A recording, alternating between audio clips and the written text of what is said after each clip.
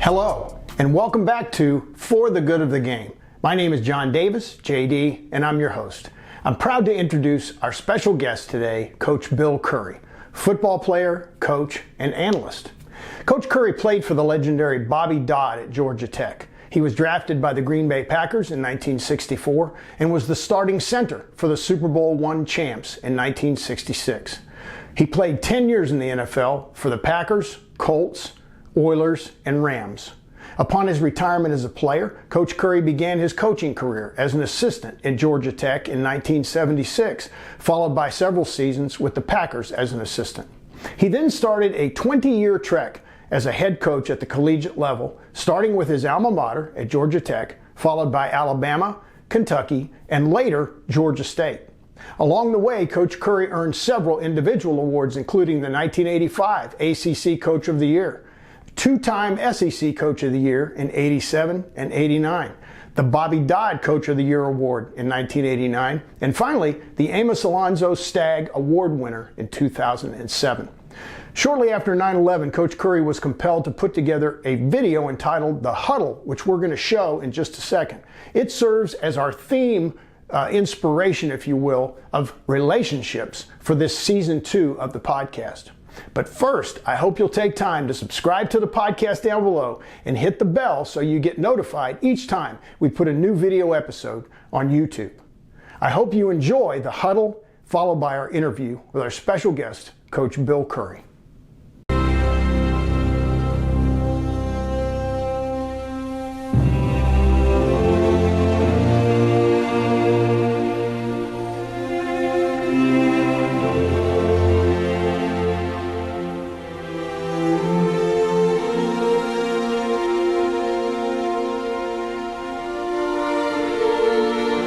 The football huddle is a metaphor for our culture, imperfect like all metaphors. In that huddle is a bunch of folks that are black, brown, white, red, yellow, liberal, conservative, Muslim, Jewish, Christian, Buddhist, and Hindu. We are slim, fat, short, tall, fast, and slow. We are analytical people, and we're impulsive people. We have some of the finest men on earth, and heaven knows we got a few rounders. We have been through the fires of Bear Bryant and Bo Schembechler or some such coach that knows exactly how to extract every ounce of our energy. Americans see all that and they resonate with it. They crave it. They take it and us into their hearts. The men who earn a place in the huddle have experienced the miracle of team. The training camp experience is unbelievable. It is day after day, week after week, 2 a day, 3 a day practices in the heat, often in 14 pounds of equipment. Many drop out, numbers thin, and everybody thinks about quitting. Trust me, everybody. For those who do stay, there is the opportunity to participate in the greatest team sport ever devised. It is the only sport in which every player needs every teammate on every play just to survive. We learn ever so slowly that our differences do not matter in the huddle. When we trudge in after each interminable workout, we know that sweat smells about the same on everybody's body. When we get busted in the mouth, that blood that trickles is the same color. Everybody's tired. Everybody's hurt. It is in this process that the miracle occurs. Men who've been raised to hate each other's guts become brothers. I've seen racists reformed. I've seen the most unlikely hugs after victories or losses. I've seen inner city kids invite country boys from the mountains to go home with them for Thanksgiving dinner, and I've seen those invitations accepted and reciprocated, thus changing parents' lives. Our players become brothers for life. It is what America is supposed to be, could be, might be in our best dreams.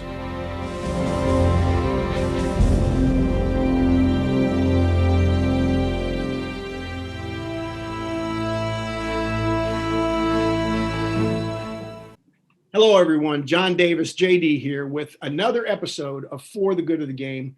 I am exceptionally excited today. We are really blessed to have Coach Bill Curry with us. Many of you know him from his ESPN days as an analyst, but a lot of people may not know some of the things that we talked about in the open with his introduction. And I just am really blessed. Coach, we are thrilled to have you with us today. Thanks for being here. Well, it's an honor, John. I'm excited about what you're doing and the reason that you're doing it. Well, thanks a lot. I wanted to, we opened up with playing the huddle, and I wanted everybody to know the second season and episodes in this season are really inspired by when I first saw the huddle years ago, because it resonated so much with me, having played football from the third grade up through my sophomore year of college before I joined the Army, that the foundation of leadership, for whatever skills I may have accumulated, but the grit, hard work, teamwork, fellowship, brotherhood that I learned in football is what served as my foundation when I joined the Army in 1982. And after 23 years when I retired, I still used to use that with kids I coach. So if you could talk a little bit about the idea for the huddle, how it came about, and why you felt compelled to make it. Well, most people our age, yours and mine, know where we were on September 11th, 2001. A lot of the young people we work with weren't around for all of that when the Twin Towers fell. So we think about that periodically. We think about those chaotic days, and I've seen numbers compared with the coronavirus and the number of people that are dying each day now being the equivalent of the Twin Towers falling. And that is a shocker, and it wakes it back up, all that horror that we felt. At least it does for me. Most of us don't know where we were on September 13th, 2001. That was Thursday after the fateful Tuesday. Well, I was an ESPN employee driving to my next assignment. ESPN had wisely decided not to put any of us on airplanes for the obvious reason. They didn't know if the games were going to be played because the NCAA was meeting to decide whether or not to put 75,000 people here, there, and yonder all across the nation when we didn't know what we were about to face in this obvious war that we're about to have. And I was changed. My assignment was changed so that I could drive from my home in North Carolina to Birmingham, where the University of Alabama was going to play Southern Mississippi. And that was going to be my assignment. I don't remember what I was assigned originally. So on the way, I stopped in Attalla, Alabama for gas. And I had a life-changing experience. I fill up my car. I put the gas thing in. I walk inside, and the fellow running the gas station recognized me because I had coached in that state. He said, "Hey, coach, we're going to play these games this weekend, NCAA's meeting." I said, "Well, I don't know, but if this cell phone in my pocket rings while I'm in your station, you may be the first fan in America to find out, because ESPN had told us, take your cell phones, we'll call you and either tell you to go on to the assignment that we're going to play or go home, we're not going to play." Well, sure enough, within 2 or 3 minutes, my phone rang. And I was told, "We're not playing. Go home." Good decision. I walk back up front, and the gentleman is behind the counter. And I said, "Hey, buddy, I just want to tell you, we're not playing. I'm getting ready to go home." And I'll never forget his response. He leaned across that counter. His eyes bulged. His jugular stood out. He looked me right in my eye and he said, "Well, let me tell you something, coach. Come Friday night in Attalla, Alabama, we're going to play football because it means a lot to us." Oh, I felt like I'd been clubbed with a forearm. So I walked back out to my car, and we were all distraught. We were all shook up. In some sense, we still are.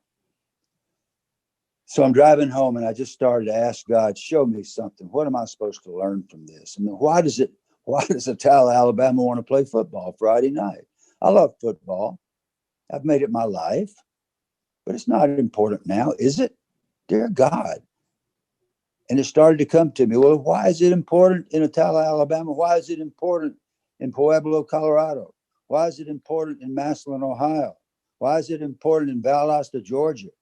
Why is it important Friday nights in America? Here's why it's important, Bill Curry, because Friday night is when America huddles.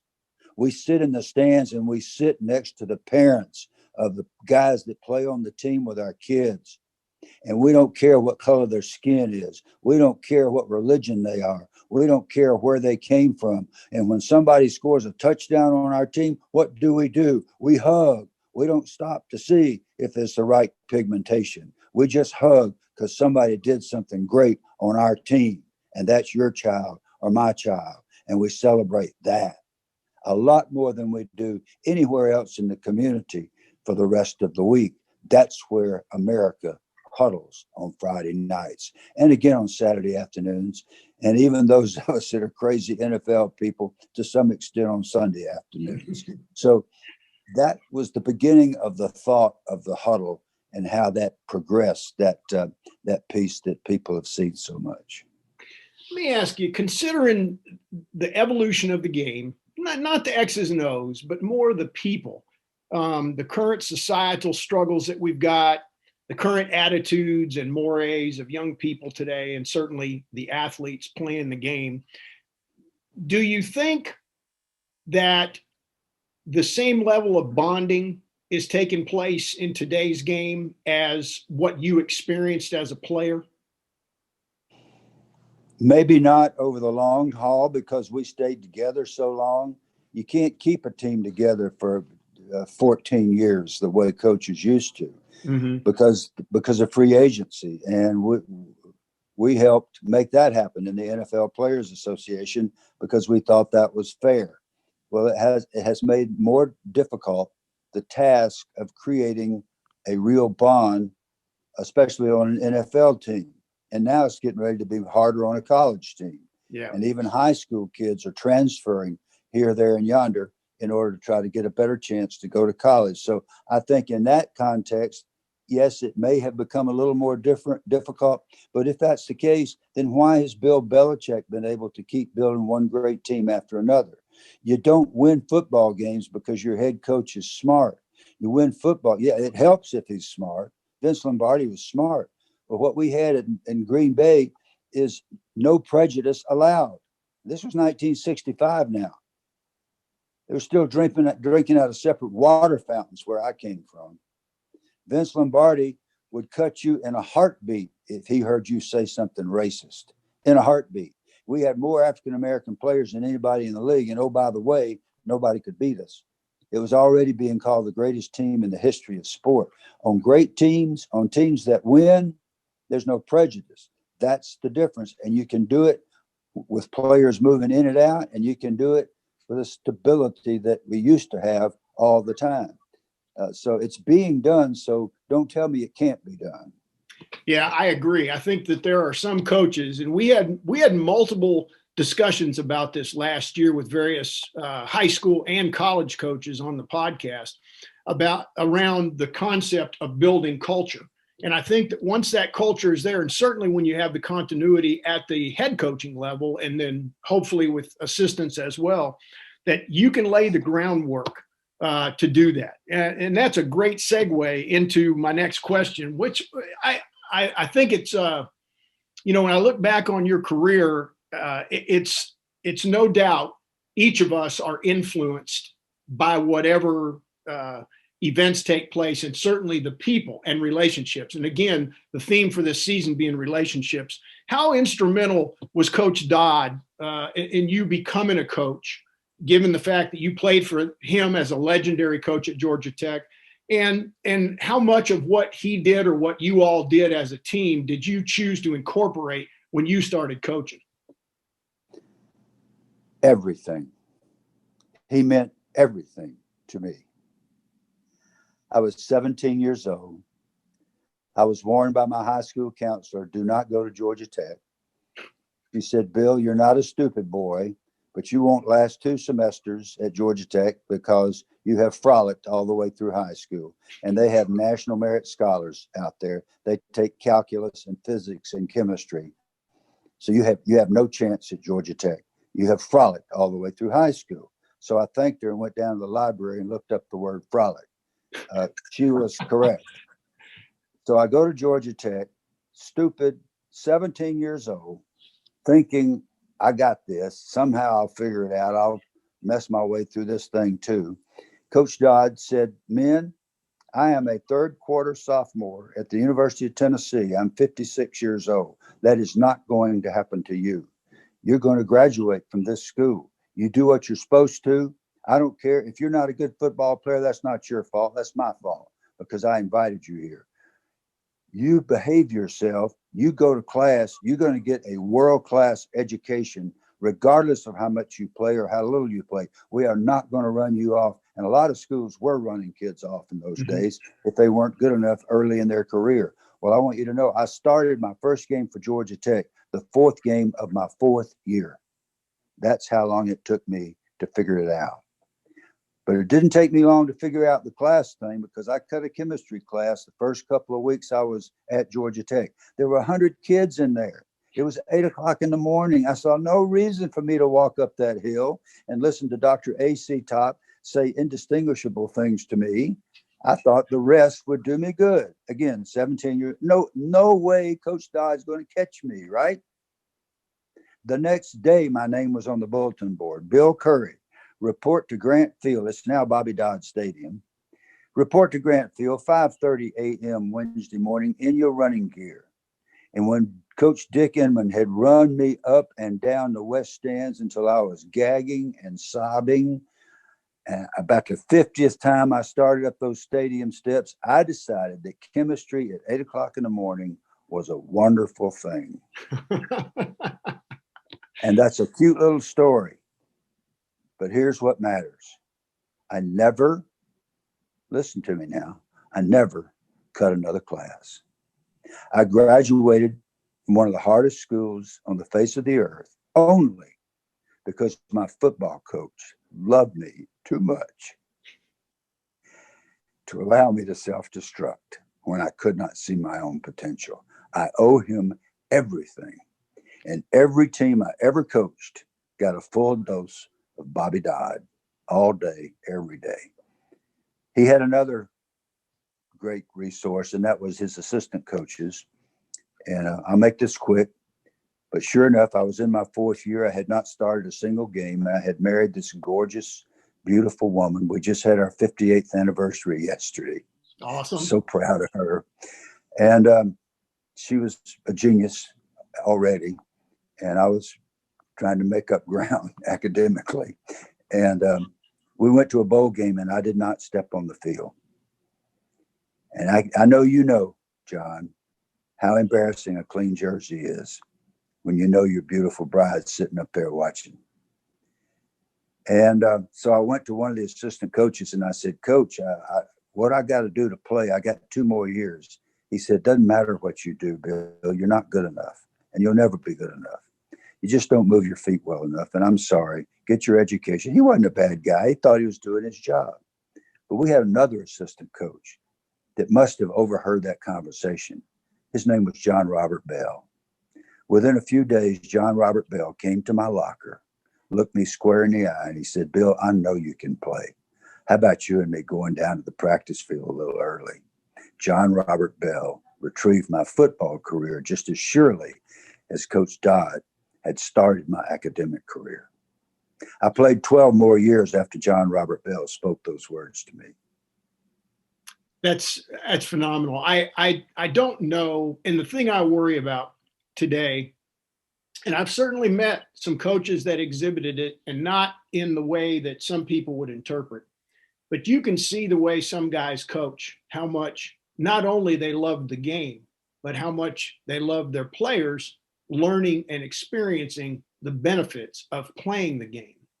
And I think that all the things that you talked about in the huddle, all the things you just described, in many cases are what fuels guys to stay in a profession that arguably, unless you become, the next Dabo Swinney or Nick Saban, where you're making millions of dollars a year, the vast majority of coaches, certainly at the high school level and below, don't gain fame or fortune, don't make a lot of money, but boy, do they give a lot of themselves and their families give a lot for those young people. And that's what is so beautiful. When you think back to the environment. Coach, excuse me. Yeah. I just have to interrupt. Sure. Could I tell you quickly about Dabo Swinney? Absolutely. I was coaching at Alabama, and this snot-nosed little skinny kid shows up, tough as nails. We had a brutal off-season program that weeded out walk-ons because we couldn't take but a couple of them. Mm-hmm. We took three. One of them was named Dabo Sweeney. I introduced him to the team. He still raves about, Coach Curry introduced me to the team. Well, of course, you introduced new players to the team. That was not a big deal. Fast forward a whole bunch of years. I'm trying to start a football team at Georgia State University. Dabo has been named interim head coach at Clemson University, and somewhere in Greenville, South Carolina, Touchdown Club had a luncheon, and we're seated together at the head table. And I said, well, congratulations, Dabo. I'm proud of you. You know, I love you. He came from nothing. He was so poor. He and his mama slept in the dorm at Alabama. We found that out later after we left Alabama. He leans over to me. He says, what do I do now, Coach?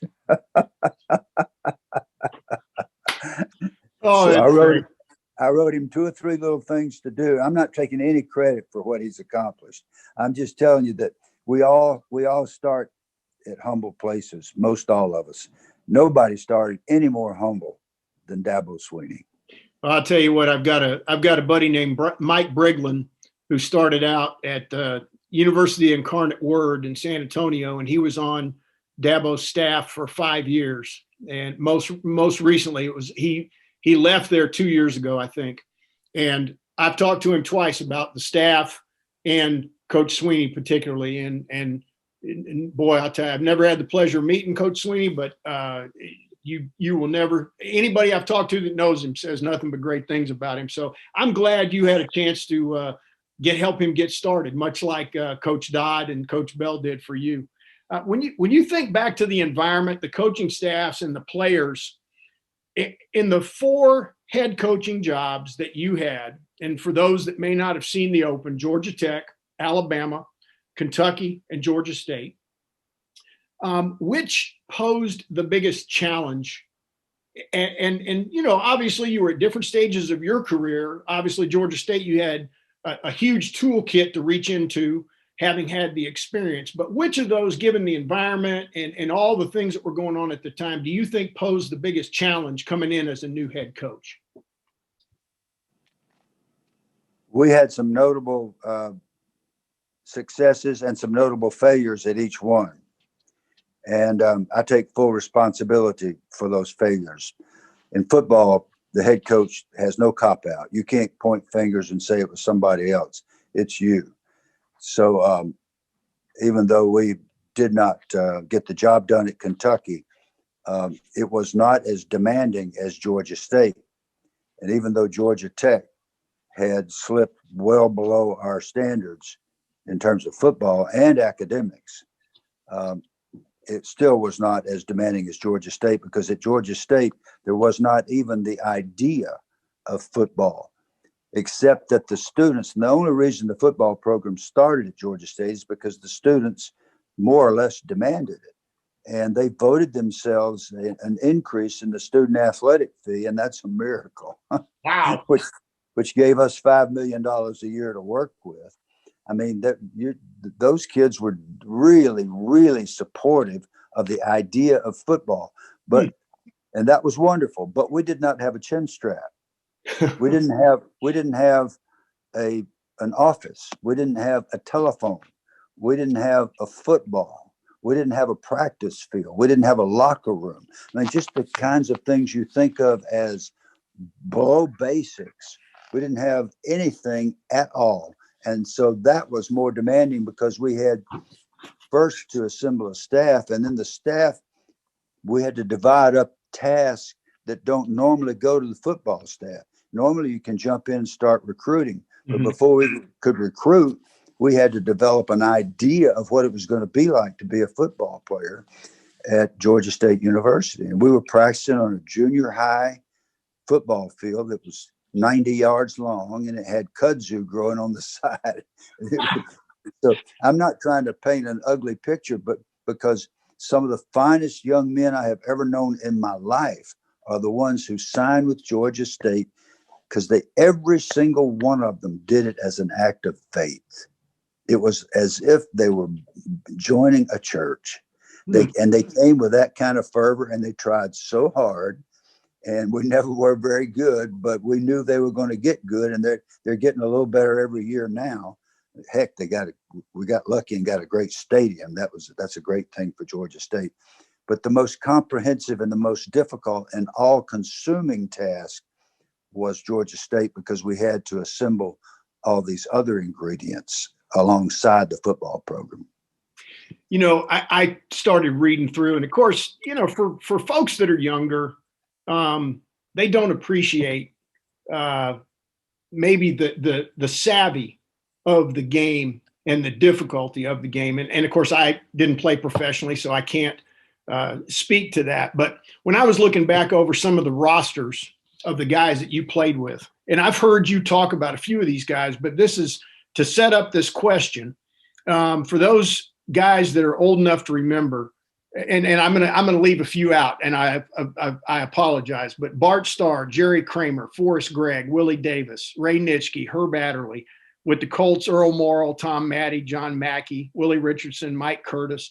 I mean, those are just some of the all-pro players on those two teams with the Packers and the Colts. So as an NFL player in those years, what player or coach, for that matter, do you consider pivotal in terms of your career and your life as a player and as a man? Is there one or a few that you recall right off the top? Yeah, there are three guys really four guys that made all the difference. Bart Starr. When I arrived at the Green Bay Packers and I was walking to dinner, I was terrified. I was 2 weeks late because I had played in something called the College All-Star Game. And most people won't remember what that was, but each year, a college all-star team was picked, and we had the privilege of playing against the NFL world champions from the previous year. In our year, we had played against the Cleveland Browns. They had a running back named Jim Brown. And by golly, we gave them we always played in Chicago at Soldier Field. We almost beat them, but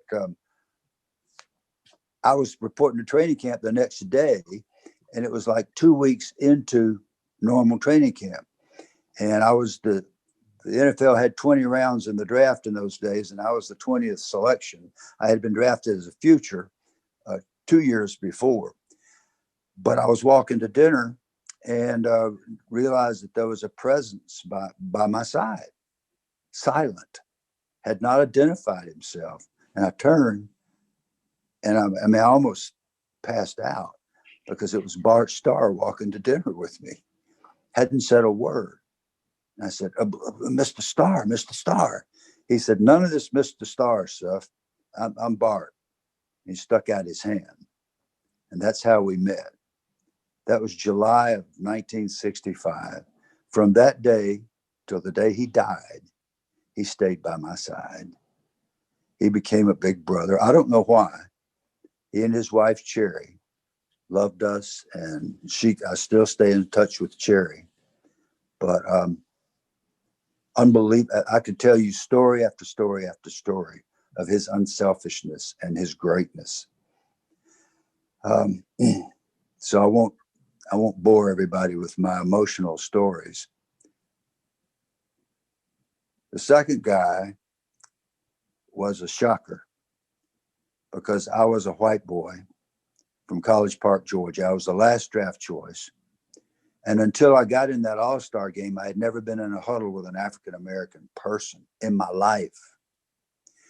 And Lombardi wasn't famous for having a whole lot of African-American players, but if you had eyes, all you had to do is look at them. And there was Willie Wood and Herb Adderley and some of the names you've already called, Lionel Aldridge. But the most dominating and intimidating was Willie Davis, the defensive captain. Grambling State University, working on his master's degree in business at the University of Chicago, while being captain of what was already being called the greatest football team of all time. Wow. And how's that for intimidating? Yeah, really. So I just thought, I don't know how to behave around these guys. I'm going to say something stupid and racist, and they're going to kill me.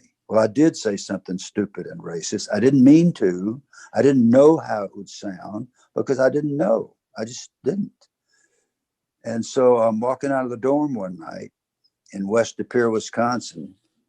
Oh, by the way, we're in Wisconsin, so it's August and it's 43 degrees, and that ain't right. So everything was alien. And this voice came out of the darkness, Bill. And I thought it was God. I just sat down in the grass. It was Willie Davis. And he said, I'd like to speak to you. And I thought, oh no, he's going to tell me to go home. And the one thing I did not want to do is to call my Carolyn and tell her they're sending me home. I got a lot of flaws, but if I'm trying to make your team, I will give you my heart. I'll give you every ounce, every play, all day. And I thought he's going to tell me to hit the road. That's not what he did. He said, I've been watching you at practice and I like your effort. You got a chance to make our team and I'm going to help you. I said, you're going to help me? He said, yeah. When Nitschke's tearing your head off, which he did, we had a middle linebacker named Ray Nitschke. I was supposed to block him, and that was a joke. When Lombardi's screaming profanity in your face and spitting in your eye, which he did, you come find me and I'll get you through it. You know what we called him? We called him Dr. Feelgood. And I'd run over there. When he wasn't sacking quarterbacks, he was taking care of snot noses like me. I'd say, how you feel, old man? He'd say, feel good, man, feel good. You can do it. You can do it. So what did the great man do for the terrified white kid? He didn't just help me play for 10 years and a bunch of Super Bowls. He changed my life. It was an unexpected, undeserved, unrewarded act of kindness from a great man. That's the second guy. The third guy is Don Shula. I was horrified to be put on the expansion list, and I was claimed by the New Orleans Saints from the Green Bay Packers after my second year. And the Saints were so excited about me, they immediately traded me to the Colts. Don Shula said, would you be happy to play on special teams? Well, I had been a starter at Green Bay because of injuries. And my answer to him was real simple. Coach, I would crawl to Baltimore to play for you, and I'll play anything you tell me to, anywhere on the field, anytime. Another one of Bobby Dodd's great strengths was the kicking game, and every single one of us had to learn every aspect of the kicking game. I was a long snapper, and I could cover kickoffs, and I could play on kickoff return and punt return and all that, and I had done it for 5 years. So Shula knew that. He was way ahead of his time in the kicking game. So he brings me up, and I get a chance to be his special teams captain in the very first game. And I clipped a guy on an 80-yard punt return right in front of the bench. And Shula runs on the field and grabs me and screaming some stuff that Lombardi would have been proud of. Well, I didn't think I had clipped, so I screamed right back in his face the same stuff, which was a real bad mistake. And so Tuesday morning, we were watching the film. Big John Sandusky said, Curry, is that a clip? I said, might have been. He said, well, let me make a suggestion to you, buddy. The next time you decide to dog cuss the head coach on national television, you make damn sure it's not a clip. You understand me? I said, good gosh, I'm going to have a one-game career with Don Shula. So I went and found Coach Shula. He took me in the equipment room, and I swear this happened. I said exactly what I should have. I said, Coach, I have no excuse. I apologize. It was insubordinate. It will never happen again. I promise you. You know what he did? He smiled. He said, I kind of like that attitude. Just don't clip the guy. And you think we played hard for him? We played our guts out for him. And he gave me one chance after another until we found a position where I could be a starter again. He still made me play special teams, even though I was a starting center, which I loved doing. He salvaged my career. So that's the third guy. The fourth guy is John Mackey. John Mackey, the greatest tight end that ever played, never said much, but he was the best leader we ever had in the Players Association. And he forced me. He didn't ask me. He didn't cajole me. He told me, you're going to be the president of the Players Association after I hang it up. And I said, no, I'm not. He said, oh, yes, you are. Well, you can imagine who won that argument. So I served a stint as a president of the NFL players during Watergate in Washington. Interesting. So I have understood a lot of the stuff that's gone on the last few weeks, the last few months, maybe a little bit better because I was there the last time we were in somewhat similar situation. But many, many more lessons I learned from being around John Mackey because he was quiet and all he did was run over people and score touchdowns and become the greatest tight end of all time, along with one of the great friends that I've ever had, great teammate. So I know that's long-winded, but those four guys.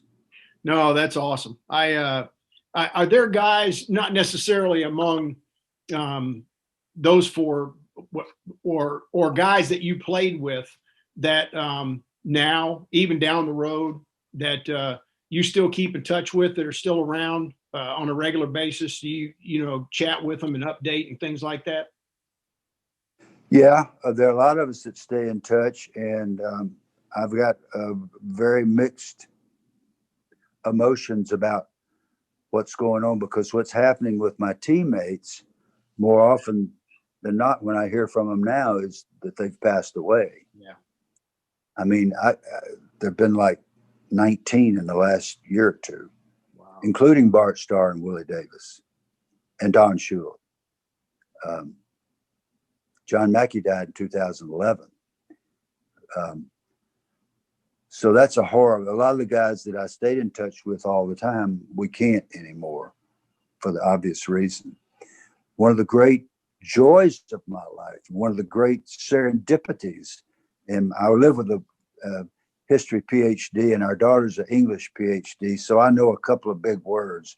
But one of the great serendipities, the pleasant surprises in my life, I hear from my former players just about every day.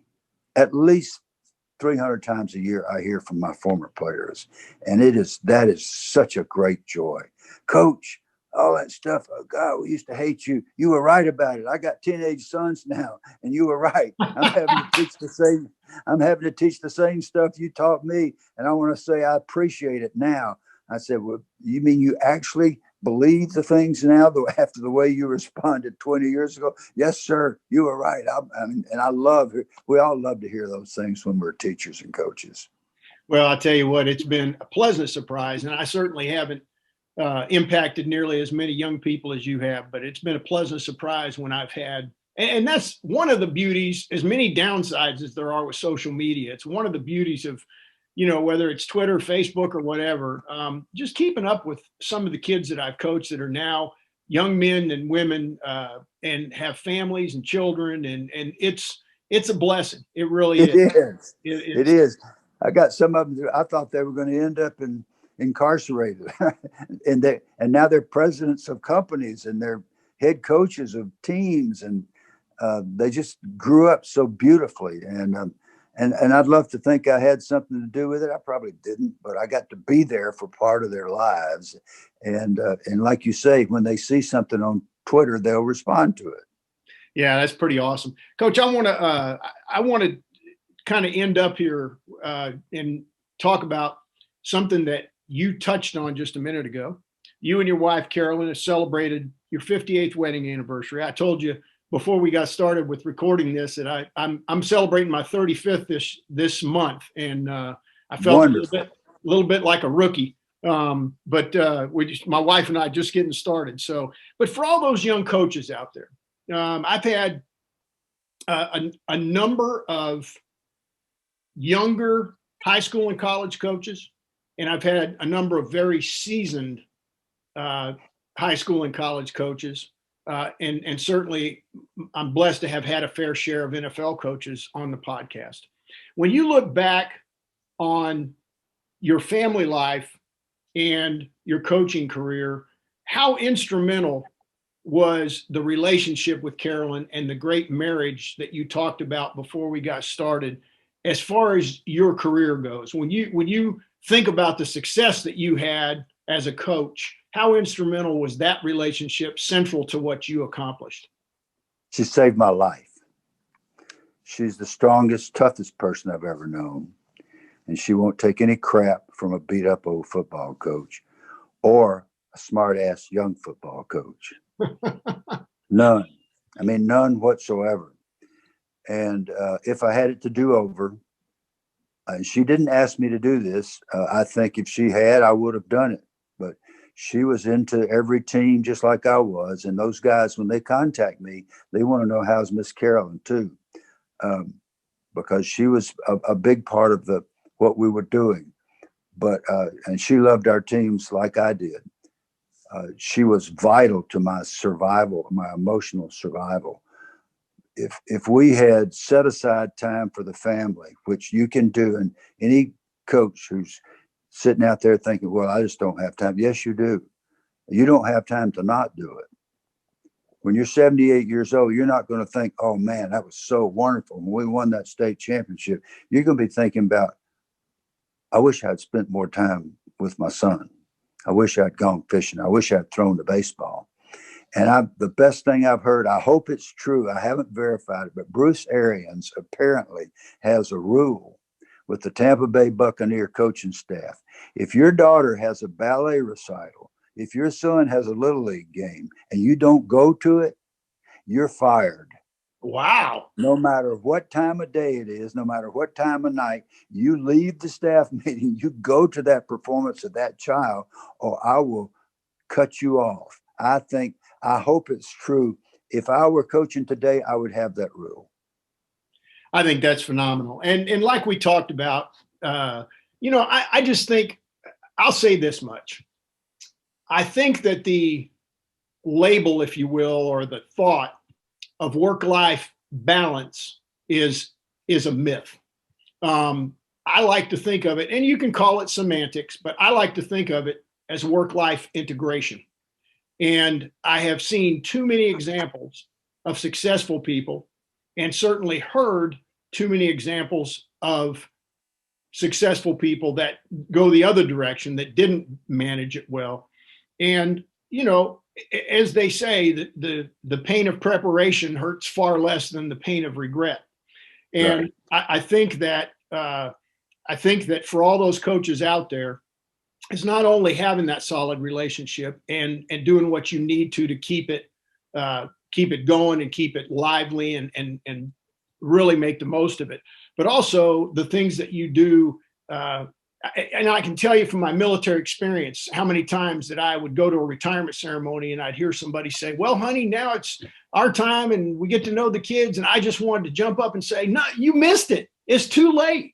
You can't go back to third grade and do so on and so forth, So I'm blessed to hear you say that. And I hope that a lot of coaches will take that. And there are certainly many examples of guys at all levels coaching that have integrated their family and done wonderful things. And hopefully we'll see a lot more of that. But Coach, I want to just tell you, it's a thrill for me all the times that I have been able to sit and watch you on TV during the years in between Kentucky and Georgia State and listen to your wisdom there. I have a good friend whose son is playing for Herm Edwards now, and Coach Edwards is kind of in the same bracket. As an analyst, as a former football coach and certainly a former athlete, when you get guys like you kind of hang on every word.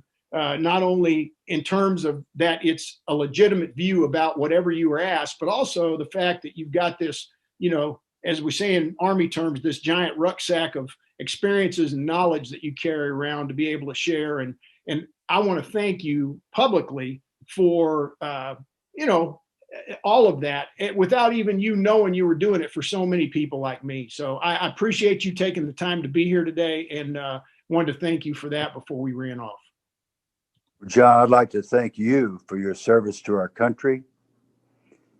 You would make my dad proud, who did similarly. And I'd like to thank you for your service to our country now. Just the very kind of thing that you just said about It can be done while spending time with your children and your wife. Not only can it be done, I'll take that another step. And I've thought many, many hours about this during my time of regret, because regret, the two pains of life, the pain of discipline, the pain of regret, what you just said. The pain of discipline is usually brief. You got to push yourself. You got to make a better schedule, a different schedule, or you got to run a little harder, whatever you do. The pain of regret, I'm 78 now, and the pain of regret lasts the rest of your life. You still that those things still resonate. But I'm going to suggest that if you do set aside time for your family, that not only will you not win more, you will probably win more and better than you would have if you'd kept your nose to the grindstone in the old school fashion. I agree 100%. I really do. And I hope that there are some coaches out there that will take that to heart and really examine how they're doing things and making sure that, they're covering the bases at home just as much as they are in the meeting rooms and on the field. So Coach Bill Curry, thank you so much. You really blessed us with the interview and your presence today, and certainly a big thrill for me. But I just want to thank you on behalf of anybody that's going to watch For the Good of the Game. I want to say thank you again, and I hope you have an awesome day. Thank you. You too. Just keep up the great work. Thanks very much, Coach.